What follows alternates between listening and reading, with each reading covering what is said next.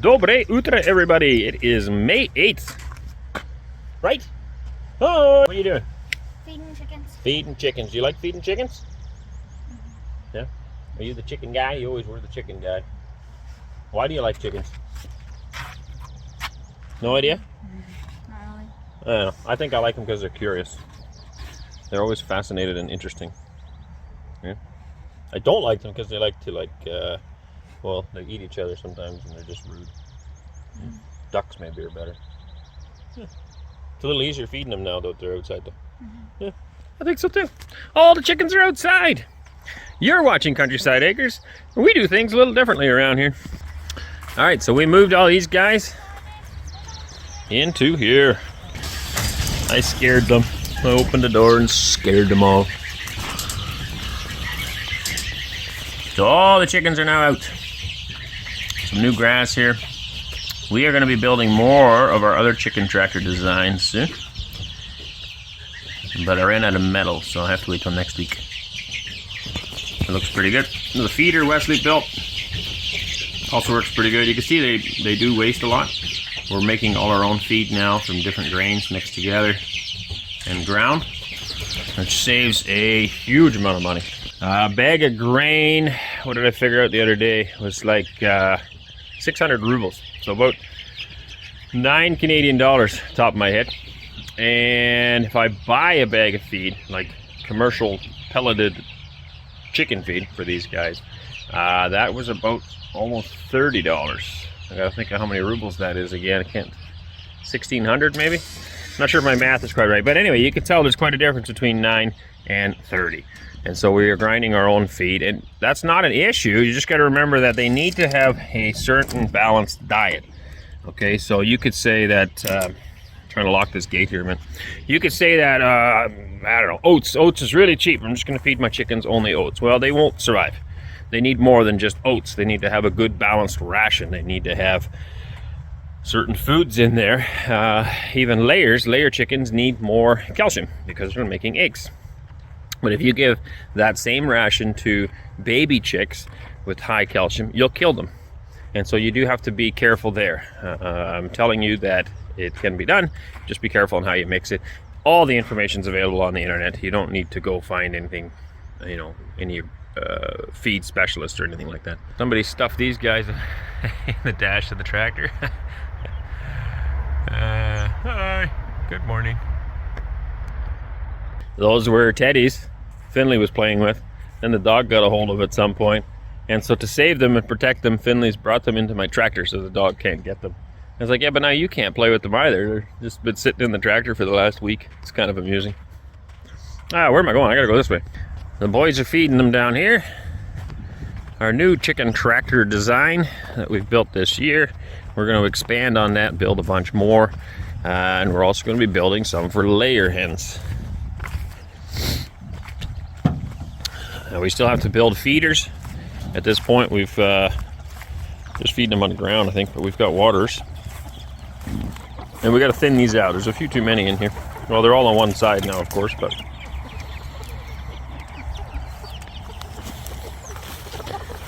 so you can see the difference here, where it was and where it is now. It's kind of crushed this all down. Lots of fertilizer, and now they're on some new grasses.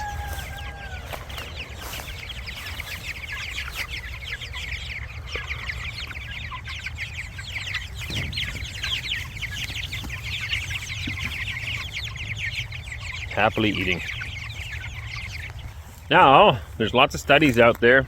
Do your own homework, but having fresh grass available for your chickens makes a massive difference in overall health. Many years ago, before we started on this design, and I said it's odd because our grandfathers could make a decent living farming, and now it's so difficult. Why? And there's many things that have changed, but in my opinion, and of course there's more factors than just this, but in my opinion, after World War II, labor prices were pretty cheap, fuel prices were very cheap, building prices were cheap, building supplies were cheap, and feed was cheap. And so it made sense to build these big, huge barns, stuff them full of animals, heat them with oil, and feed them with grain. That made a lot of sense, and you can make a lot of money doing that. The times have changed, okay? Labor prices are extremely high now. Fuel prices are high now. Grain prices are high now, and labor is not cheap. And so all of the factors that, in my opinion, made factory farming profitable are gone. Right? So you can replace some of that with automation, but automation also costs a lot of money. So again, 15 years ago, roughly 12 years ago, somewhere around there, I started thinking more and more about this. Why don't we go back to the way it was done before World War II, before that time period, basically? And if you go doing some research and looking into it, family farms like what we're building here existed. A farm that had cows, had pigs, had chickens, had ducks, had geese. They supplied all of their own food. They supplied enough to sell a little bit and make a profit, and they were comfortable, and they did very well, and they were also well insulated from economic downturns because they are not specialized in one thing. They have multiple different avenues of income. They're much more insulated to the effects of economy, and to me that's just good business sense. Don't specialize in one thing. Now, a lot of the viewers don't understand that. They can't understand why we would have cows and chickens. They can't understand why people are asking, why would you put in apple trees? Like, I thought you were going to do cows. And we're going to do all of it. We're planning on doing apple trees. We're going to have bees. We're going to have chickens. We're going to have goats. We're going to have cows, sheep, lots of stuff. And that's, to me, it's just good sense. The other thing that's good sense is going back to grass-based diet as much as possible. Every blade of grass that these chickens eat is food that I didn't have to bring to them. They're out here eating it. Ideally, it would be lovely if they could run around here. Then I wouldn't have to build these chicken tractors, and I wouldn't have to move them. But of course, there's issues with that. So far, we have no predators. A lot of people have asked. There has been no foxes, no coyotes, no wolves. But once they find them, you cannot convince them to stop coming. You can't put up a sign and say, don't eat my chickens. They will continue to come. And so one way to ensure against that is by putting them in these. Also, hawks and owls. Again, we do have hawks here. We have not seen any owls yet. Owls tend to be nocturnal. We may have them, but we do have some hawks flying around here eating mice and stuff. They'll also go after little chickens. They like them. So anyway, this reduces our building costs because they're outside. It reduces our energy costs because there's no heating bill for a big building. It reduces our electricity costs. There's no big fans to keep the big building cool. It reduces our feed costs because they're eating grass out here, right? All of the factors that make farming very difficult today, we have them right here, eliminated. And so this way you can still turn a profit. These birds will grow slower. They don't grow nearly as fast as they would in the barn eating only for commercial feed. But this is healthier. There's no GMO grains, there's nothing in here. This is just natural grain grown from farmers local to us and grass. That translates to healthy food on your table for your family, and that's where it becomes really important and crucial. You need to know what you're eating. A lot of the stuff that's raised on big industrial farms is not always good for you, especially in the West where there's a lot of drugs and chemicals and things going into the feed. We try to avoid that, and it became more and more apparent that that's important for your children. You need to make sure you're getting good food, and we try to raise that right here. It's a beautiful day. Yesterday the potatoes all got planted and covered. They also planted a whole bunch of sunflower. Today I think they're going to finish up some sunflower and do sweet corn. Oh no, sweet corn's in too. Not sweet corn, sorry. Popcorn. Popcorn is in now as well in the garden. We will be planting carrots, I think, and sweet corn today. And I don't know what else. Lots of stuff. It's going to be a busy year. If you're interested in purchasing any of the products that we produce here on the farm, you can either write us an email or you can get in contact with us on VK. It's kind of like a Facebook page, but it's here in Russia, and we have some products available there already. There's some woodworking projects and things that we have built. As we try to transition into making an income and becoming profitable here, we arrived here with savings from Canada, and that is how we managed to buy this land, build everything that you see here. But of course that comes to an end, and so we are getting towards the end of our savings, and it is now very important that we turn everything we've built into a profitable venture and start producing an income. And we look forward to doing that. We obviously like working hard, but it is nice to be rewarded for that when you can actually sell your products. We've got the cute little piggies here. I forget the name of the breed here in Russia, but they remind me a lot of Tamworth pigs that we would have had in Canada. Maybe they're related, I'm not sure. One thing I noticed the other day, they don't have their tails docked. So that is also common practice in pig farms. They castrate the males, of course, and they cut all the tails off. And that's because in big commercial barns, they tend to fight of the pressure. And they tend to then grab a hold of each other's tails and bite. And that's why they cut them off. It's not a necessary thing. You don't need to cut their tails if you raise them like we raise them. But if you have them in a commercial barn, then it's definitely a good thing to do. Also, castrating the pigs, that's a brutal process. You look that up on the internet. I won't show you that here on the farm, I don't think. I tend to try to avoid it. But you flip the piglet upside down. They're just very small piglets within the first week of life. And you take a very sharp scalpel and you cut their scrotum, push the testicles out, grab them with your other hand, and you yank them out. And it's literally that. It's about as disgusting as it sounds. It doesn't seem very humane. I've only done it once. I went to a pig farm when I first started getting pigs. I went to a local pig farmer. I was like, oh, you got to show me how this is done. And I was like, that can't be. Anyway, so since then, I've done a lot of research, and you don't need to castrate your pigs. What you need to do is butcher them before they reach maturity age. The reason for castrating, there's of course an aggressiveness nature that you're trying to avoid in the pigs. And when they are not castrated, they can be more aggressive, same as cattle. But the other thing is that they start to smell. You get what's called boar taint. So the little piglets grow up, and when they reach maturity, their hormones change, of course, same as it's in humans, and that will change the smell of the boar, which is natural, of course, but that will also change the taste of the meat. Now, there are some cultures where they like that. I don't. It's gross. And the meat will actually have a bit of a smell like boar urine or pig urine, and we call that boar taint because your meat will stink when it's cooked. Now, if you butcher that pig, harvest that pig before he reaches maturity, you won't have that problem. So there's no reason to castrate the pig. So it just means you're going to eat a younger pig. Not a big deal. The other thing is keep him away from the females. And we've actually done this ourselves. I know people will tell me that if this is not true, there probably be some people in the comments here that think they know best. But I know it's a fact because I have tried it multiple times. And I've received this information from somebody who's been raising pigs for a long, long time on grass successfully. And that's where I got the information from. So I'm just passing it on to you. But you separate them. Okay, so we've had boars that were 3, 4, 5 years old that have been breeding with multiple sows, and then we decided we're going to eat them. We separated them completely from the females where they can't see them, they can't smell them, they can't hear them. Just a different part of the farm. And we fed them there alone for about a month. After that, all boar taint was gone. We then harvested that pig, put it in the freezer, tasted just as good as any other pig, and there was 0 boar taint.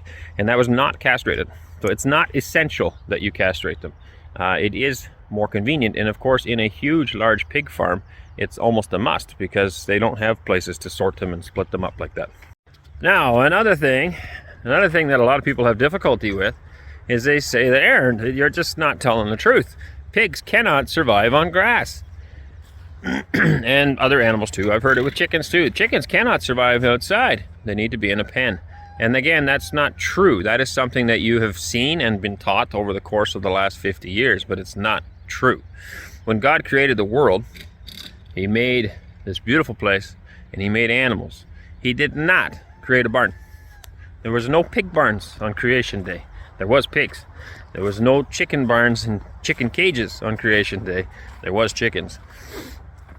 So what did they eat then? Now with chickens, it's easy to see because we still have wild chickens running around. We also have wild pigs, but wild chickens in the form of partridges. They're all over the place. Not here, I haven't seen any, but back home in Canada there was lots of them. And they find food, even in the wintertime. They survive, they do just fine. We have loads of wild turkeys over there. They do just fine. As long as, again, like I said with our chickens last year, they need to have access to running water. They cannot survive on snow. There's not enough moisture. That depends on where you live. If you're in southern Ontario, let's say, the snow tends to have a higher water content. But if you're in Western Canada, it's very dry. And the snow is also very dry. and they cannot survive on that alone. They need to have liquid running water. After that, it's just a food source, and they can eat anything. All the trees will have seeds on them still in the wintertime. Little buds, especially poplars and stuff, they have these little buds. When I used to go partridge hunting, you'd open one up, and in their gizzards, they're full of those little buds from the trees, and that's what they're living on. Pigs as well. There's wild boars all over the place. You go to Western Canada, they are a menace. They're all over. I've heard in Texas they're a big problem. These wild boars are pigs. They're pigs that are wild, and they survive out there eating whatever it is they find. Pigs will do excellent on grass. The biggest problem is keeping them in and keeping them from destroying your entire field. But it does work. They don't have to be in a concrete barn. They weren't designed that way. The difference is that over the course of the last 50 years, we have bred pigs that are specific for those barns. Prior to that, lard was in high demand, and so most pigs were produced for meat, but also for lard, and they had a big fat layer on their backs. You know, you'd have like this, and lard was used for everything from axle grease to cooking to you name it. It was used all over the place. Slowly that phased out, especially as petrochemicals became more important, played a more predominant role in our life. Lard went by the wayside, so we no longer really need it. Not that many people even cook with it anymore. And they at the same time started switching over and putting pigs in hog barns, and those pigs with that excess fat don't do as well in a hog barn because it can get pretty warm in there. So they developed new pigs. They developed slowly by breeding selective breeds that existed with each other to produce a new pig that grows very fast on corn, on grains, grows very well in a barn, adapts well to that. They're not as hairy anymore, which is actually easier for when it comes to slaughter time. But those particular pigs don't do very well out here, and so some people have tried it. They go and get one of these pink piggies, these factory barn pigs, and they put them outside, and they don't do as well. They don't perform as well. And then they come to the conclusion that it doesn't work. And that's not true. What you need to do is find more heritage style pigs. And they're still out there. Tamworth, as I mentioned earlier, is one of them. Berkshire is one of my favorites. They do really, really well. Old Spots, they're a good pig. There's lots of old heritage breeds of pigs available and around. You have to look for them. That do extremely well on grass. We had Berkshires, the first group that we bought them from somebody that fed grain. So we bought them older, the females, and they were not very good at grazing. They didn't seem to have the concept down. Their children, however, walked in a line grazing, just like cattle do in our field, and they grew very well. Again, it takes longer to get a pig fat, but it's all natural and it's all free food because it's just growing out there in the field. So it is possible, even though people tell you it's not. Don't be afraid to try something. Just because everybody tells you it's wrong doesn't mean that they're right. Okay, 95% of the people are just doing what other people have done and just going to follow. There's very few people who think outside the box and are willing to try something new. Don't be afraid to try something new. All right, so when I came home last night with Anneesa, there was some strange contraption on my tractor, and this is it. And I was like, what is that? And so Wes is going to explain to me right now what it is. We were gonna plant corn, but it's a really long field, so Corey didn't feel like hoeing it all, and she figured it wouldn't be straight, so I made this for the back of the tractor, and each one's 33 inches apart. I don't know what that's in centimeters. Not sure either. Well, roughly 90 centimeters, a little less. And then it goes on the 3-point hitch, so I can lift it up, and I just screwed it in with these light bolts here and there. And here at the top. And here at the top. But the first time I did it, I didn't have these on. Yeah. So then it snapped and ripped off. Yep, makes sense. And so those blocks helped hold it. I think if we're gonna use it again, I'd put like little shoes on here, like pointy, or like. So it digs in a little better. So that it digs in a bit better. Yep. You could even use something like this for hoeing, like in between the rows after. Oh no, your tractor tires, where are they? Right here. Yeah, so that won't work then. Oh, unless you can offset a little bit. Well, we could spread our tires a bit too. Maybe, yeah. So basically they drag this behind to create little rows that are nice and perfectly straight, and then the other children just walk behind and drop seeds in. And this is how they planted our popcorn. Pretty ingenious, I think. Let your kids play around and experiment, and they'll come up with all sorts of cool stuff. You don't have to always buy it, you can just make it. Piece of wood, and it worked. As the leaves change color summer's fading. There's nothing to do but bask in the glory of the winter sun. Maybe this is the season of love.